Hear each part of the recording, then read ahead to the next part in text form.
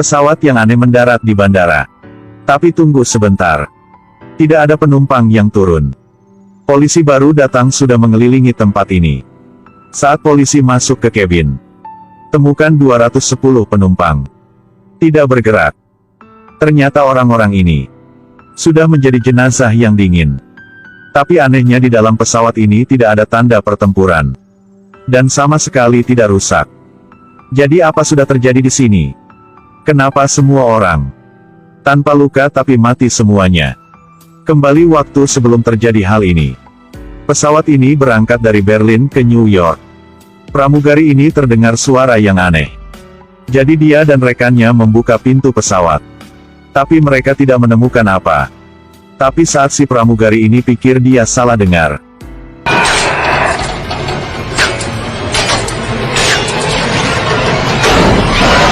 Lalu observatorium menemukan pesawat ini tidak umpan balik sinyal.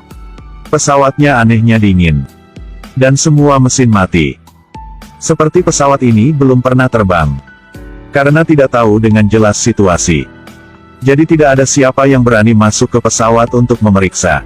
Sampai saat Dr. Ephraim yang datang dari Pusat Pengendalian Penyakit. Dia dan asisten Nora berpakaian pelindung. Masuk ke dalam tempat penumpang. Setelah memeriksa setiap orang, menemukan bahwa semua penumpang sudah mati.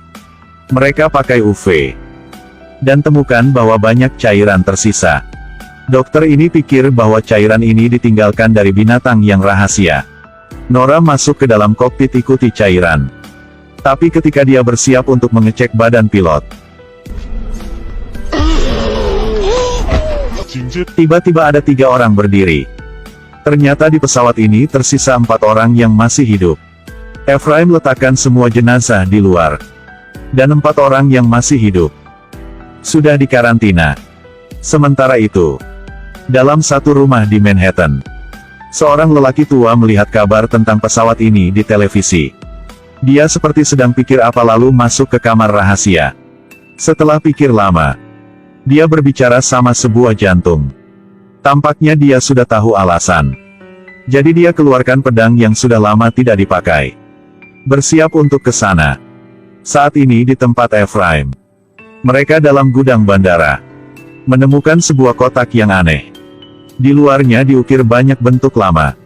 Tapi saat mereka buka, di dalamnya hanya tanah. Hal ini membingungkan orang. Bagaimana dapat membawa kotak ini ke pesawat? Ephraim minta kepala tim melindungi kotak ini. Sedangkan dia mencari daftar penumpang.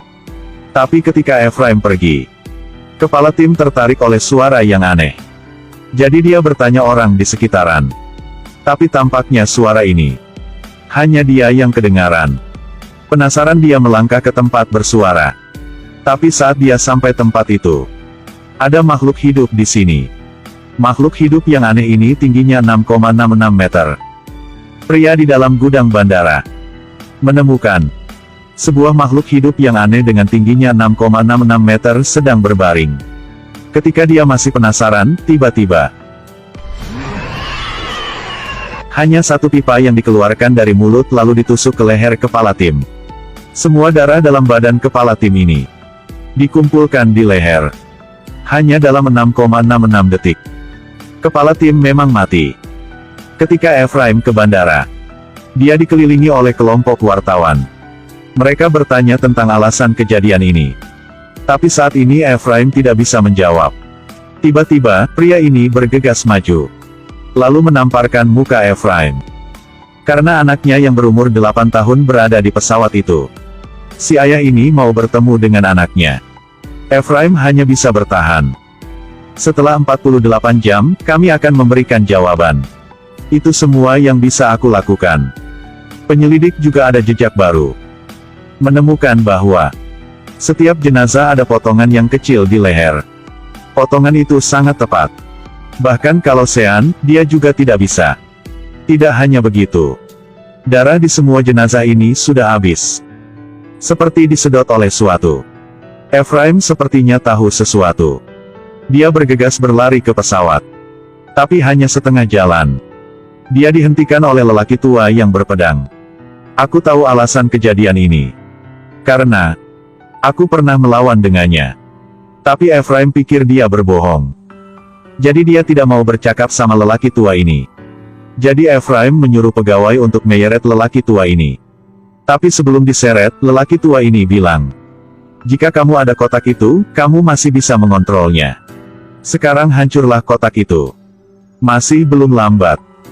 Jangan membiarkan kotak itu lewat sungai." Ephraim pergi dulu jadi tidak mendengar kata-katanya.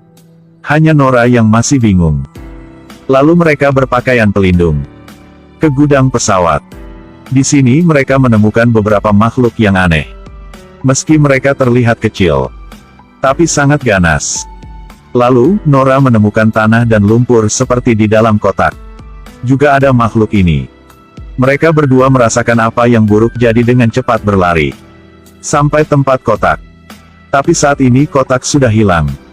Melalui kamera, mereka menemukan bayangan hitam dengan cepat sudah mengambil kotak. Pasti ini bukan manusia. Karena berat kotak ini lebih dari 300 kg. Jadi Ephraim dengan cepat memanggil temannya Jim di bandara. Tapi mereka tidak tahu bahwa dalam sebuah gedung di Manhattan, mata pria di dalam lift tiba-tiba bercahaya biru. Dia naik ke lantai yang teratas untuk bertemu dengan seorang pejabat. Dari percakapan mereka, sudah tahu bahwa kecelakaan pesawat ini dibuat oleh mereka. Dan kotak yang rahasia itu juga dibawa ke tempat yang baru. Saat itu, di dalam ruang otopsi sudah terjadi hal yang kejam. Jantung yang diambil dari jenazah tiba-tiba berdebar.